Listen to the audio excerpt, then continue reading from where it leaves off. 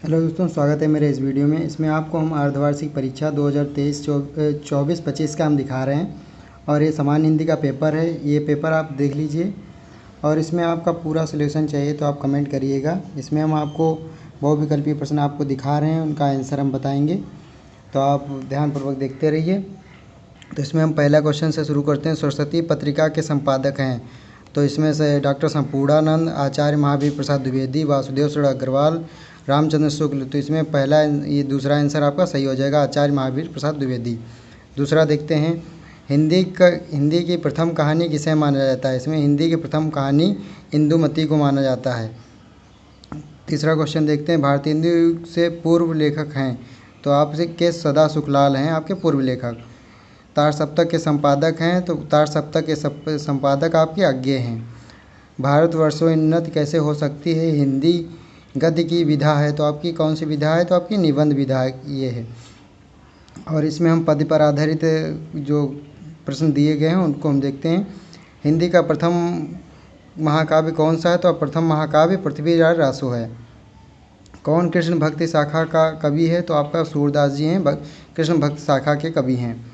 पृथ्वीराज रासो महाकाव्य किसने लिखा है, तो आपको किसने लिखा है, तो आपके चंद्रबरदाई ने लिखा है। ये आपका पृथ्वीराज रासो लिखने वाले चंद्रबरदाई हैं।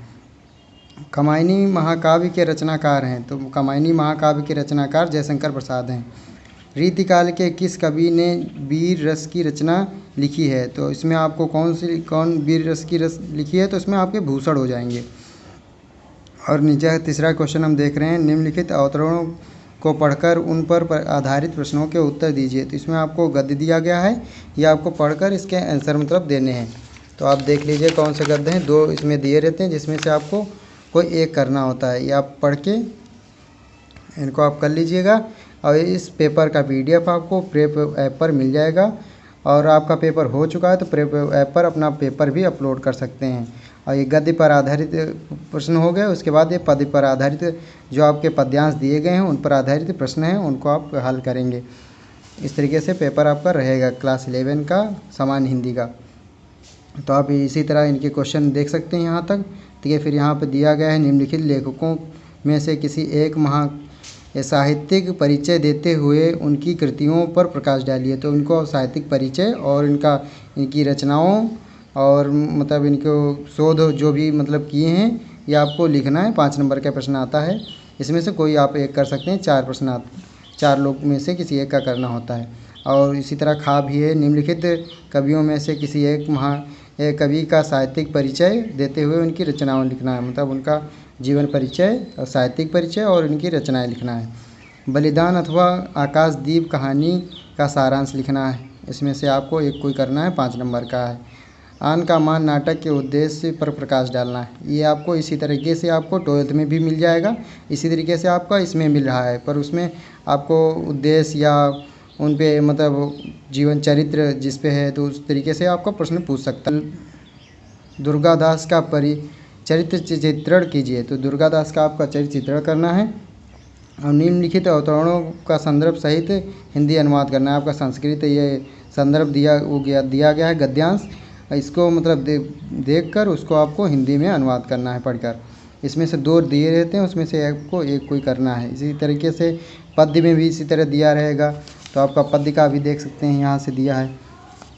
और इसके क्वेश्चन इधर दिए हुए हैं। अथवा में भी एक रहेगा, उसमें से आपको जो आ रहा है आप उसमें से कर सकते हैं। निम्नलिखित मुहावरों और उनके लोकोक्तियों में से किसी एक का अर्थ लिखते हुए उनका वाक्य प्रयोग करना है। तो आपका अंधे की लाठी होना, तो इसमें हम आपके लिए लिख के रखे हैं, तो आप देख सकते हैं। अंधे की लाठी एकमात्र सहारा। वाक्य प्रयोग करेंगे तो उसके पिता उसके लिए अंधे की लाठी हैं, क्योंकि वह हर मुश्किल में उसकी मदद करते हैं। अगला इसी में दिया हुआ है, आँख का तारा होना। तो आँख का तारा के लिए देख सकते हैं, आँख का तारा अत्यधिक प्रिय होना। तो आप जैसे छोटा भाई बहन है, तो आप सबसे छोटा जो रहता है उसको वो माता पिता का सबसे प्यारा होता है, इसलिए उसको आँख का तारा कहते हैं। इसी तरीके से अगला क्वेश्चन देख सकते हैं, निम्नलिखित शब्दों में से संधि विच्छेद सही विकल्प का चयन कर उनको लिखना है। तो हिमालय का संधि विच्छेद क्या है, तो आपका हिम प्लस आलय हो जाएगा, ये आपका पहला वाला सही हो जाएगा। और विद्यार्थी का संधि विच्छेद, तो आपका विद्याधन अर्थी वाला आपका सही हो जाएगा पहला। उपेंद्र का संधि विच्छेद, तो उप धन इंद्र, ये वाला आपका सही हो जाएगा। ये वाला आपका सही वाला हो जाएगा। ये देखिए उप प्लस इंद्र, ये वाले आपका सही हो जाएंगे। फिर आप देख सकते हैं करुण रस अथवा वीर रस की परिभाषा उदाहरण सहित देना है। इसमें से आपको एक ही करना है, कोई दो नंबर के हैं। अनुप्रास अथवा उपमा अलंकार का लक्षण एवं उदाहरण लिखना है। दोहा अथवा चौपाई छंद का लक्षण एवं उदाहरण देना है, ये भी आप बता देंगे।